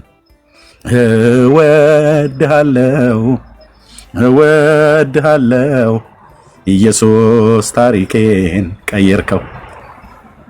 ተስፋ አልነበረውን ያንን ህይወቴን የሞት ድምፅ ቢሰማ ጨለማው ቤቴን በፍቅር ዘልቀህ ወደ ውስጠኛው ልቤ ውስጥ ገብተህ አበራህልኝ የህይወቴን ብርሃን ተስፋህን ሰተህ ሰላም ህይወቴን አጥለቀለቀው የደስታ ዘይት ውስጤን አራሰው። ዝም ብዬ አይደለም በጠዋት ማታ ኢየሱስ የምለው ፍቅር ታሪኬን የህይወት ዘመኔን መልካም አድርጎት ነው። ኢየሱስ ይወደዳል እኮ ወንድሞቼ እናቶቼ፣ ኢየሱስ ይወደዳል እኮ። ጌታ አንተ ካልነካቸው እኛ ልናስረዳ አንችልም። አንተ የሰውን ህይወት ካልለወጥክ በስተቀር በእኛ ንግግር ውጡና ስበኩ ብለህ ስላልከን ቃልን እንናገራለን። የሰዎች የህይወት ታሪክ የሚለወጠው በመንፈስ ስትነካቸው ነው። ስለ ኃጢአት ዓለምን የሚወቅሰው እግዚአብሔር መንፈስ እነርሱም በእኔ ስለማያምኑ ነው ብሎ እንዳለ እግዚአብሔርም ለአሕዛብ ለህይወት የሚሆን ንስሐን ሰጣቸው ተብሎ እንደተጻፈ ጌታ መንፈስ ቅዱስ ለወንድሞቼና ለእህቶቼ ለህይወት የሚሆን ንስሐን እንድሰጣቸው ልጅን ኢየሱስ ክርስቶስን አለማወቅ ጨለማ ከላያቸው ላይ ተገፎ የልጅ የክርስቶስ ኢየሱስ የክብር ወንጌል በልባቸው ባለ ጨለማ ላይ ሲበራ እኛ አሁን እየሆን ያለውን ይሆናሉ። እኛም ወደዚህ መረዳትና መገለጥ የመጣኑ በእኛ ጽድቅ፣ በእኛ መልካም ስራ፣ በእኛ ጠባይ አይደለም። ስለወደድከን ምሕረት ለሮጠ ወይ ደግሞ ለወደደ አይደለም ከሚምር ከእግዚአብሔር ዘንድ ነው ተብሎ እንደተጻፈ ለኛ ምሕረትን እንዳገነንክልን ለህዝብህም እንደዚሁ ይሁንላቸው። አባዬ እውነቱ የት ነው ብለው ለሚሉ እውነትን የኔ ብለህ በቅዱስ ቃል የተናገርከውን እውነት እንዲረዱ ለሰዎች በሚገባቸው መልክ ራስን እንድትገልጥላቸው በስምህ እንጸልያለን። ጌታን መቀበል የምትፈልጉ ሰዎች ካላችሁ ነው ነግረናችኋል። እንደዚሁ እያልን ነው የምናረጀው። ከዚህ እውነት ላይ ቅዱስ፣ ከዚህ እውነት ላይ ሊያ፣ ከዚህ እውነት ላይ ሆሴ፣ ከዚህ እውነት ላይ ኤርሚያስ ወይ ዳጊ፣ ከዚህ እውነት ላይ የሚንሸራተት የክርስቶስን እውነት ቀምሶ የሚንሸራተት ሰው የለም። ገና ያልገባቸው ብሎ ሰው ሲከተል ሰምቶ የተከተለ ሁሉ ፍጻሜው የት እንደሚሆን አስቡት። እሺ እና ይኸው ልኬልሃለሁ። ንጉስ ነው። ንጉስ ማን ነው? እሺ ጥያቄ ብለህ ስላልክ ማለት ነው። ጌታን ለመቀበል ወስኑ ወንድሞች፣ እኛ ልታገኙ ትችላላችሁ በውስጥ እኔንም ቅዱሴንም ሆሴም እዚህ ያለች ሊያም 7 ቁጥር ልጽፉልን ትችላላችሁ። በውስጥ መስመር እናገኛቸዋለን። እሺ ንጉስ ነው። ሰላም ሰላም ነው። ይድም እግዚአብሔር ይመስገን። ከየት ቤተ እምነት ነው ወንድማችን? ከኦርቶዶክስ። እንኳን ደህና መጣ። አሜን። ምን ነበር ጥያቄ? ጥያቄ አለች ስትለኝ ነበር። ያው እኔ በመጽሐፍ ቅዱስ ዙሪያ ልጠይቅህ ነበር። እሺ ምን ነበር ጥያቄ? የሆነ እንትን መጽሐፍ እያነበብኩ ምናምን ከዛ በጣም እያነበብኩ ቸርች መሄድ ጀመርኩ። በአካባቢያችን ያለ ቸርች። ምን አይነት ቸርች? ከዛን ሙሉ ወንጌል ነው። የት ሀገር ነው? አዳማ። ቀበሌ ስንት? ቀበሌ 04 ነው። 04 ሙሉ ወንጌል አለ እንዴ? 04 መሰለኝ። እሺ 04 የቱ ጋር ነው? ምን አለ ሌላ ልዩ ምልክት? እዚህ ሌላ ምልክት ንገረኝ እስኪ። 04 ጋር 04 ጋር ቸርቾች አሉ፣ 2 ቸርቾች። ምልክት ምን አለ ለምሳሌ ሌላ እንደው ምልክት የሚሆን በመንገድ ላይ ስትሄድ ምን አለ? ሌሎች ከታች ዝም በሉ ምንም እንዳጽፉ። ምናልባት እውነተኛ ሰው መሆኑን ማወቅ ስለፈለኩ ነው። ሙሉ ወንጌል 04 ላይ የለም። እኔ አማኑኤል ጎበስ። ያ ኦኬ። አማኑኤልና መሰረተ ክርስቶስ አሉ እዛ አካባቢ ላይ 04። እሺ ምንድነው? እሺ ጥያቄሽ? ቴንክ ዩ ወንድማችን። ያው እንደ በደንብ እኔ ጠልቄ ስለማላቅ ነው ስማቸውን። ያው በደንብ አላቅም። እንድትረዳኝ ችግር የለውም። መሰረተ ክርስቶስና አማኑኤል አሉ። እሺ የሆነ ኮንፈረንስ ነበረ። ኦኬ ኮንፈረንስ ገብቼ እያየዋቸው እያለ ሰውየው በጣም እየሰበከ ነበረ ፓስተሩ። ኦኬ ከዛ መጨረሻ ላይ ተሰብሰቡ አላቸውና ትንሽ ተለቅ ያሉ ናቸው። እጃቸውን ያዘና ከዛን በራሳቸው ማውራት ጀመሩ፣ ሌላ ቋንቋ ማለት ነው። ከዛን ካወሩ በኋላ እንዳለ ከዛን ህዝቡ እዛ ውስጥ እንዳለ መውደቅ ጀመረ። ኦኬ ከዛን እኔ ደነገኩና ወጣው በመስኮት እኔ አጋጥሞኝ አያውቅም። እኔ ፈራው። ከጎን ያለው ውድቅ አለ፣ ወንበሩን እንዳለ ተሰባበረ። እሺ ከዛኔ በመስኮት ዘልዬ ወጣው። ከዛን ሳያቸው ህዝቡ እንዳለ ይጫጫዋሉ። እዛ ውስጥ ግማሹ ይገለበጣል፣ ግማሹ ይጮሃል። በቃ እኔ አይቼ አላውቅም እንደዚህ አይነት። ኦኬ ከዛ ምንድነው ብዬ ስጠይቅ መንፈስ ቅዱስ ነው የሚባል ነው አሉኝ። ኦኬ መንፈስ ቅዱስ እንደዚህ ያደርጋል እንዴ ታዲያ? የቱ ጋር ነው ያለው አልኳቸው። ቦታ የሆነ ምንድነው አሉት፣ ሐዋርያት ሥራ አሉ። ከዛን እኔ በቃ ደነገኩ። እኔ ከዛ ወዲህ ገብቼም አላውቅም። እኔ መጀመሪያ በቃ ማንበብ ጀመርኩ። ከዛ ወዲህ ቦታውን እኔ ላገኝ አልቻልኩም። እንደዚህ የሚጥል ወንበር ምናምን እንዴት እንደሚሰባብሩ ብታይ ማለት። እሺ ይሄ ነው ጥያቄ የሆነ በመቼ ነው እንደዚህ የተፈጠረው? ትንሽ ቆይቷል። አንተ ግን አልተሰበርክም በመስኮት ስዘል እንዴ? እኔ ነፍስ ያዘኝ። እኔ እዛ ጋር ከጎኔ ሲወድቅ እኮ ማለት አካል አልተጎዳም? ኧረ አልተጎዳውም። እንዴ ክብር ለኢየሱስ ይሁን። እንኳንም አልተጎዳ። ፍርሃቱ ስለቆሃል አሁን ወይስ አሁንም ይሰማሃል? የዛው ዕለት ከቤት ስትመጣ ድረስ በጣም ደነገኩ። እያደር በቃ አሁን እየለቀቀኝ መጣ። ምንድነው ነው ብለህ ነው ያሰብከው አንተ? እኔ በታሪክ እንደዚህ አይቼ አላውቅም። እኔ ይሄ በቃ እንደዚህ አይነት አካል በቃ አለ ወይ ማለት ነው። ከሰው በላይ የሆነ አካል ወይ ከሌላ ቦታ ነው ወይ ከእግዚአብሔር ነው የሚለውን ነገር ማለት ለማየት ነው። ምን አይነት አካል ነው ይሄ እንደሚጥላቸው አካል ለማለት ፈልጌ። ኦኬ የወሰደህ ሰው ነበር ወይስ ራስህ ነበር የሄድከው ቸርች? ራሴ ነው። መጀመሪያ ሲሰብኩ ወረቀት ሰጡኝና ከዛን ደወሉልኝ፣ ስልኬን ሰጥቻቸው። ከዛ ሄድክ? ናዝሬት ነው የምትኖረው? ከዛ ናዝሬት ነው የምትኖረው? እኔ አዲስ ነኝ ለናዝሬታ። ኦኬ እኔ ፎሎ ባክ መልሼ እላለሁ። ፎሎ አድርገኛል፣ የኔ ጓደኛ ትሆናለህ። እዚሁ ግን ጥያቄውን እመልስልሃለሁ ከወገኖች ጋራ። ልክ ነው፣ ለአንተ አዲስ ይሆንብሃል ያየኸው ነገር። ግን ይሄ አዲስ የሆነብህ ነገር አንተ ከዚህ በፊት አላየኸውም፣ አይተኸውም አታውቅም እንደዚህ አይነት ልምምድን ማለት ነው። እግዚአብሔር ትልቅ ነው አይደል ወንድማችን? ትልቅ ነው እግዚአብሔር። ሰዎችን በኃይሉ በክብሩ ይጥላል አይጥልም? ሊጥል ይችላል። ይጥላል አይደል? አው ከክብሩ መነሳት አው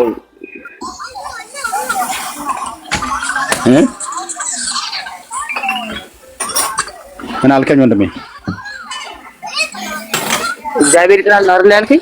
አዎ እግዚአብሔር በክብሩ የእግዚአብሔር ክብር ሰዎች ሲያዩ ይወድቃሉ አይወድቁም? እንዴ ይወድቃሉ። እግዚአብሔር እኮ ኃይል አለው አይታይም። እና ይሄ ታዲያ የኔን ወገኖች እዛ ጴንጤዎቹን የጣላቸው እግዚአብሔር ነው ብለህ ምንም አላመንክም? ሲነግሩህስ አልተረዳህም? አላመንኩም። እኔ እስከዛሬ ያው መንፈስ ቅዱስ ነው ያሉኝ። መንፈስ ቅዱስ እሺ፣ እውነታቸው ነው። መንፈስ ቅዱስ ነው። መጽሐፍ ቅዱስ ይዘሃል? መጽሐፍ ቅዱስ አዎ አለኝ። ቆያ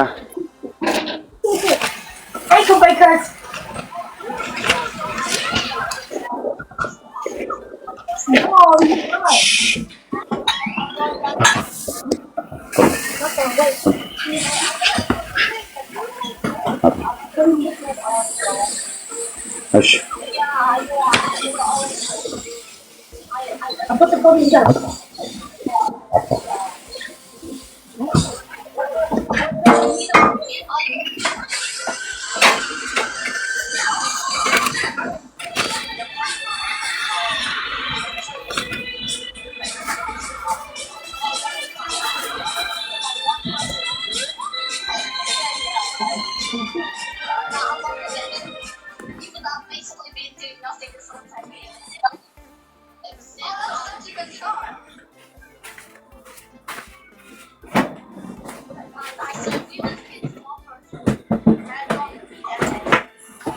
ኦኬ አወጣው ወንድማችን።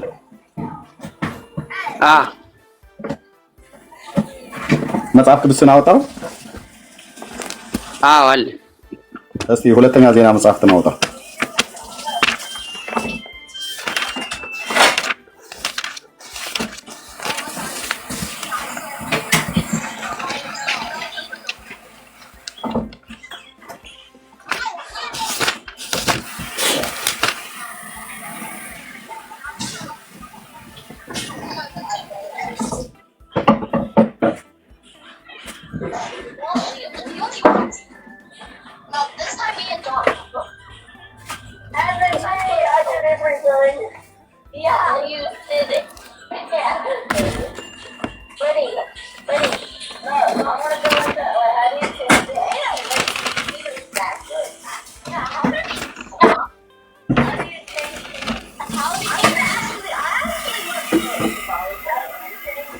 እሺ አውጣው። ሁለተኛ ዜና መጽሐፍ ምዕራፍ 7 ወንድማችን ና ተመልሰህ እየታየኝ አይደለም። አወጣው ወንድማችን። ዜና መዋዕል ካለ የሚለው አይደል? አዎ ካለ ምዕራፍ 7 ቁጥር 1 እና 2 ከዛ ነገሥት ላይ ደግሞ እናነባለን።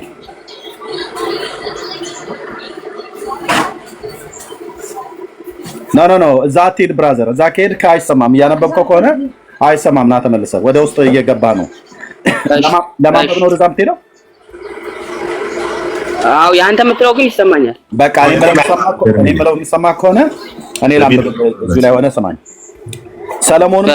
ሰለሞንም ጸሎቱን በፈጸመ ጊዜ ነው የሚለው አይደል? እጅ ላይ ያስከው ቅዱስ ያውጥቶልሃል። ይኸው እዚህ ስክሪኑ ላይ ነው። ስንት እናውጣ? እሺ ሁለተኛ ዜና ምዕራፍ 7 ቁጥር 1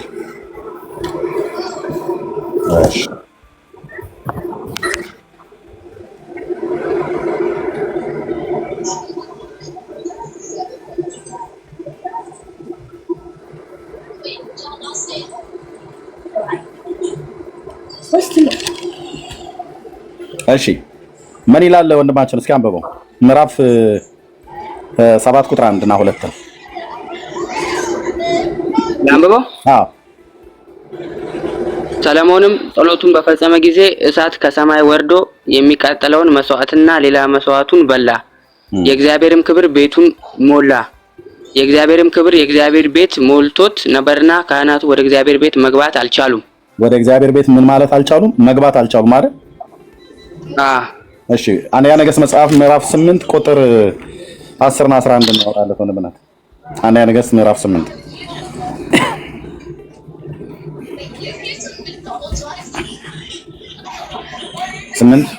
10 እና 11 አንብበው እስቲ ወንድማችን።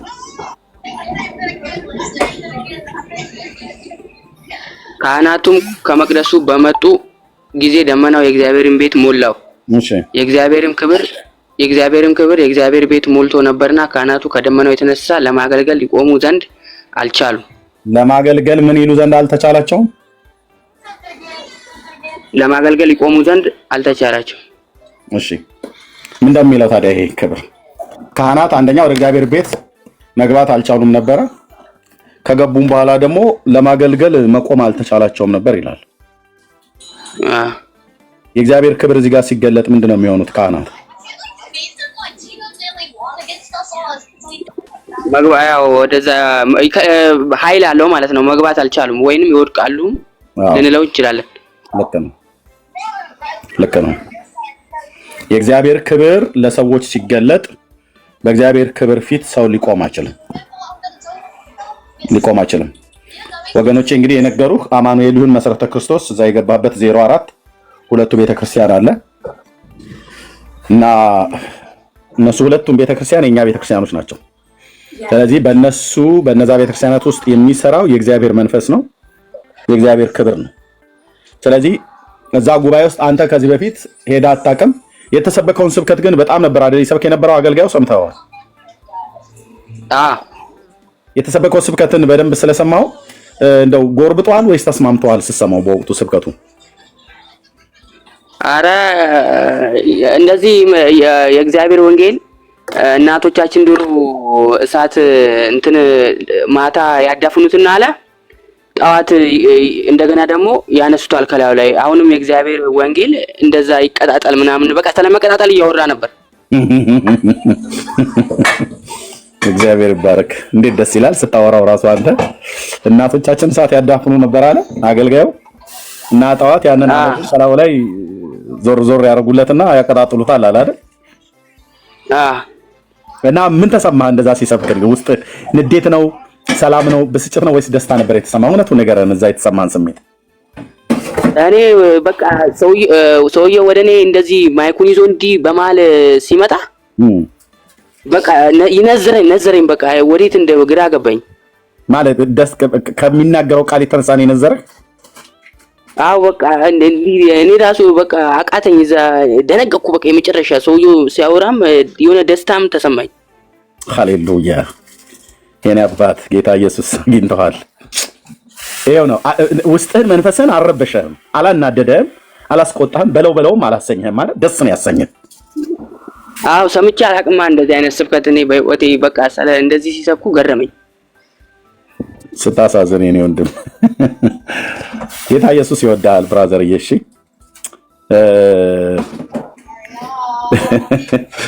የእግዚአብሔር እውነት ልክ ነው። እኔም ልክ እንደዚህ እንዳንተ እንደዚሁ ነበር። እንደዚሁ እንዳንተ አይነት ተመሳሳይ ነገር ነበር የሰማኝ። እኔ ተሰማኝ። አሁን ማወራ ሰውዬ ኤርሚያስ ነኝ። ከዚያ ሲናገር ሰምተህ ከሆነ የመጀመሪያ ቀን ጴንጤዎቹ ጉባኤ ሲሄድ ሲሰብክ የነበረው አንድ ጎፈሪያም ሰውዬ ነበር እያልኩ ስናገር ሰምተሃል ከዚህ በፊት? ሰምቻለሁ። ዩቲዩብ ላይ ያለ ዩቲዩብ ላይ ማለት ነው። ያ ሰው አለ አሁን የሙሉ ወንጌል ቤተክርስቲያን ወንጌላዊ ነበር። አሁን ፓስተር ነው። ፓስተር ታሪኩ ቴዎድሮስ ይባላል። እና አሁን አንተ የተሰማህን አይነት ስሜት ነበር የተሰማኝ። እኔ እዛው ጉባኤ ውስጥ ሆኜ አለቀስኩኝ። ህዝቡ እልል ይላል፣ ያጨበጭባል፣ ግማሹ ያለቅሳል። አሁን አንተ እንዳልከውም አይነት ነገር የሚወድቁም ነበሩ። እና እኔ ግን የሰውየው ንግግር አጥንቴ ውስጥ ሲገባ በጣም እንዴት ደስ እንዳለኝ ልነግርህ አልችልም። እና የልቤ ብርታት ሲጣስብኝ ጉባኤ ውስጥ ቁጭ ብዬ ወዲያውኑ አይኖቼ እንባን አፈሰሱ። አለቀስኩ፣ ስቅስቅ ብዬ አለቀስኩ። እንደውም እንባው ሲበረታብኝ ተነስቼ ከጉባኤ ውስጥ ወጣሁኝና ሄድኩ። ያቺ ቀን የዳንኩባት ቀን ናት። እዛ 04 ሄደህ አማኑኤል ቤተክርስቲያን የሚሆን መሰረተ ክርስቶስ እዛ ጎል ስላሉ የትኛው ቤተክርስቲያን ላይ እንደገባህ አላውቅም፣ ግን ናዝሬት 04 ስለማውቀው ሀዲዱን ተሻግረህ ነው ወይስ ሀዲዱን ሳትሻገር ነው? ታስታውሳለህ? ሀዲዱን የሆነ እንደ ድልድይ አይነቱ ነው ሀዲድ፣ የባቡር ሀዲድ። አዎ ኦኬ፣ እሱን አልፌዋለሁ። አማኑኤል ሳይሆን አይቀርም የገባው። እሺ፣ ግን በቃ የሰማው ነገር በጣም ነዝሮሃል ማለት በጣም ደስ ብሎሃል። ሰምቼ ይሰማል። ያ የእግዚአብሔር ቃል ነው። ያ የእግዚአብሔር መንፈስ ያለበት ሰው መንፈስ ቅዱስ ህይወቱን የተቆጣጠረ የእግዚአብሔር አገልጋይ ነው የሚሰብከው። እና ልክ እንዳልከው ያንን ምድጃ ላይ የተዳፈነን እሳት በአመድና በሆነ ነገር ከድነው እንደሚያስቀምጡት እናቶቻችን እንደሚያሳድሩት እና በማግስቱ ግን ያንን አመድ ሸፍነው ያሳደሩትን እሳት ጠዋት ላይ ተነስተው ይገላልጡታል። ሲገላልጡት እሳቱ አለ ውስጥ፣ ከላይ ሲታይ አመድ ነው። እንደውም በላው ላይ ገል የሚባል ነገር ደግሞ በገጠር ያስቀምጡበታል። እኔ ገጠር ስላደኩ ምድጃ ከበን ቁጭ ብለን ስለምናድር በቆሎም ስንጠብስ ምንም ስንል ስለማቅ ማለት ነው። እና እናቶቻችን እነሱና ጠዋት ላይ ይገላልጡትና አመዱን ከውስጡ ፍሙን ወደ አንድ ጎን ይሰበስቡትና አመዱን ዘርጋ ያደርጉታል። በዛው ላይ መልሰው እንጨትን ያቀጣጥሉና እንደገና ያነዱታል ማለት ነው። እና ምን እያለ ነበረ ያ የእግዚአብሔር ሰው? አሁን አንተ እንዳልከው እንዴት ደስ እንዳለኝ ውስጤ ማለት ነው። ደግሞ በአንደበተ እንዴት እንደሚጣፍጥ እና በደንብ ሰምተዋል ምሳሌውን ሁሉ። ጌታ ኢየሱስ ለዘላለም ስም ይባረክ። አዎ ይንደድ በውስጣችን በብዙ ነገር የተዳፈነ ነገር ስላለ እንግዲህ እግዚአብሔር እሳቱን እንደገና ሊያቀጣጥለው ነው ብሎ ሲል እንግዲህ በዛ ሰዓት ላይ ሲጸልይ የእግዚአብሔርን ቃል ሲናገር ብዙዎች እንግዲህ በግራና በቀኝህ ያሉ የእግዚአብሔር መንፈስ የእግዚአብሔር ክብር ውስጣቸው ያሉ ሰዎች ሲወድቁ ምናምን ነገር ስታይ አንዳች ነገር የተፈጠረ ነገር መስሎ ያው በመስኮት ዘለው ወጣን። እሱ የእግዚአብሔር ክብር የእግዚአብሔር መንፈስ ነው ወንድሜ። እሺ፣ በዚህ እንዳትደናገጥ። የሆነ አንዳች ጂኒ ያገኘን ነገር መስሎ እንዳትደናገጥ። ልዩ የሆነ መንፈስ አገኘን መስሎ እንዳትደናገጥ። ምክንያቱም ልብ በል ያ አገልጋይ ወንድሜ ሲናገር የነበረው ስብከት አንተን ደስ ያሰኘህ ስብከት ነው። አንተን የነዘረ ስብከት ነው ማለት በጣም ደስ ያሰኘህ ማለት ነው። እና እሱ የእግዚአብሔርን ቃል የሰበከው አገልጋይ ወንድማችን ነው። በሱ ውስጥ የእግዚአብሔር መንፈስ አለ። ይሰብክ የነበረው የእግዚአብሔርን ቃል ነው። ስለዚህ የእግዚአብሔርን ቃል ሲሰብክ ጴንጤዎች የእግዚአብሔርን ቃል ጉልበት ያውቁታል፣ እግዚአብሔርንም ቃል ያምኑታል፣ እናምነዋለን። ስለዚህ በውስጣቸው ያደረ የእግዚአብሔር መንፈስ ያንን ነገር አድርጓል ማለት ነው በዛ ሰዓት ላይ። እና በዚህ እንዳትደናገጥ ወንድሜ፣ ጌታ ይወድሃል። ስለዚህ ከዛ በኋላም ቸርችም አልሄድክም፣ ከዛ በፊትም አልሄድክም፣ ጌታን አልተቀበልክም ማለት ጌታን ግን ትወደዋለህ?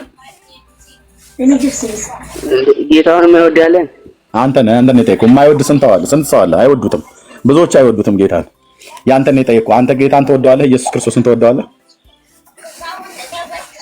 ወደዋለሁ። እንግዲህ እስከዛሬ ምን ያህል ትወደዋለህ? እንደው በፐርሰንት ደረጃ ንገረኝ ብዬ ብልህ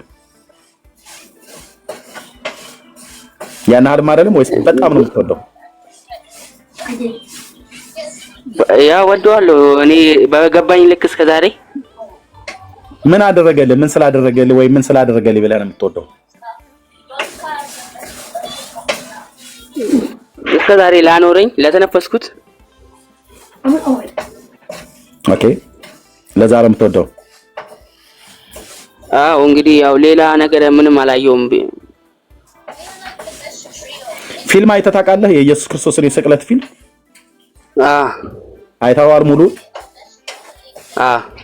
ምን ተሰምቶ ያውቃል እንደዛ ስታየው ፊልሙን? ኧረ አልቅሻለሁ በሱ ፊልም። ለምን አለቀስክ? ያው ለሰው ልጅ ብሎ ለኔ ብሎ እንደዛ ሚስማር በእጁ ላይ እንትን ሲልበት ሲሰካበት በቃ እምባዬ ቅርቅር ይለኛል። አሳዝኖህ እንደዛ ስለሆነ አልቅሰህ ታውቃለህ? በእርግጥ ለአንተ ለኔ ለዓለሙ ሲል ነው አይደል እንደዛ የሆነው? ለዚህ ውለታው ምን ተከፍለዋለህ? ምን ከፍለህ ብድራቱን ትመልስለታለህ? ለዚህ ውለታው ምን አቅም አለኝና ምን ከፍልለታለሁ? ስለዚህ ይሄንን ስለሆነልህ ትወደዋለህ? አዎ በጣም ወደዋለሁ። የምትወደውን ሰው ትከተለዋለህ አትከተለውም? እከተለዋለሁ። የምትወደውን አምላክስ ትከተለዋለህ? እንደዚህ የሞተልህን ጌታ እከተለዋለሁ። እሱን ስትከተለው በሱ ትምህርት መኖር ነው አይደል? አዎ። ስለዚህ ጌታ ኢየሱስ ክርስቶስ ያለህን ቃል ለመኖር ትፈልጋለህ? ይፈልጋለሁ። አዎ። እስከ ዛሬም በሱ ቃል አይደል እንደ ይኖርኩት። ነው ኖረህ እንደሆነ አላውቅም። እኔ አልኖርክም ብያለለን። ኖረህ እንደሆነ አላውቅም። አሁን ብትሞት የት ነው የምትገባው? እንደው በዚህ ሰዓት ጌታ አይበለውና በዚህ ሰዓት እኔ እናንተ እያወራን እያለን ብትሞት ነፍስ መንግስተ ሰማያት ነው የምትገባው ወይስ ሲኦል ነው የምትገባው?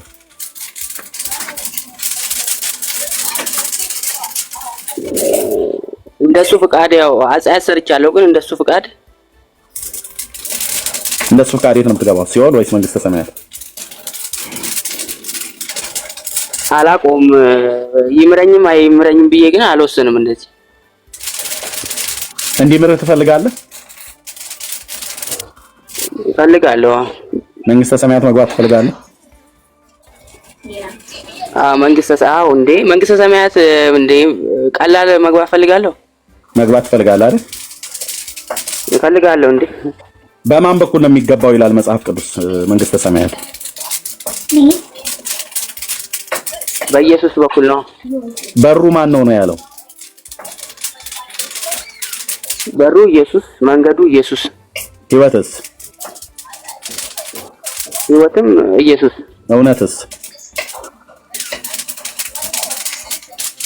እውነትም ኢየሱስ፣ የህይወትስ እንጀራ ኢየሱስ፣ የህይወትስ ውሃ ሁሉ ነው ኢየሱስ። ኦኬ። ስለዚህ ይህን ጌታ ከዚህ ቀን ጀምሮ መከተል ትፈልጋለህ? እንዴት? በአንተ ውስጥ እንዲኖር ትፈልጋለህ?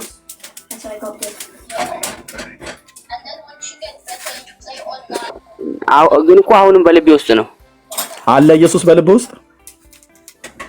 አዎ። ከመቼ ጊዜ ጀምሮ ነው መኖር የጀመረው? ከልጅነት ጀምሮ። ተናግሮ ያውቃል እንዴ? ያረ ተናግሮኝ ያውቃል። በአንተ በልብ ውስጥ ነው ግን የሚኖረው? አዎ ማለት ያመነ ሰው ያናግረዋል እንዴ? እሺ መጽሐፍ ቅዱስ አውጣ። ዮሐንስ ወንጌል መጽሐፍ ምዕራፍ 10 ላይ ወንድምነት አውጣለን።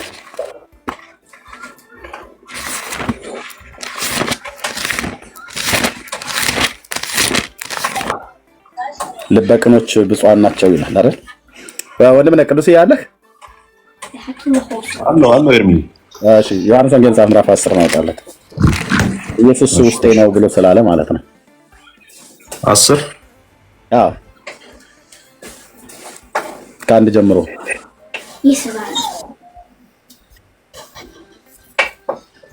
እስኪ አንብበው ወንድማችን። ይሄ ምን ይላል? ኢየሱስ በውስጡ ያለ ሰው ድምፁን እንደሚሰማና እንደማይሰማ እዚህ ጋር እስኪ ይነግረናል። ምን ይላል? እውነት እላችኋለሁ ወደ በጎች በረት በበሩ የማይገባ በሌላ መንገድ ግን የሚወጣ እርሱ ሌባ ወንበዴም ነው። በበሩ የሚገባ ግን የበጎች እረኛ ነው።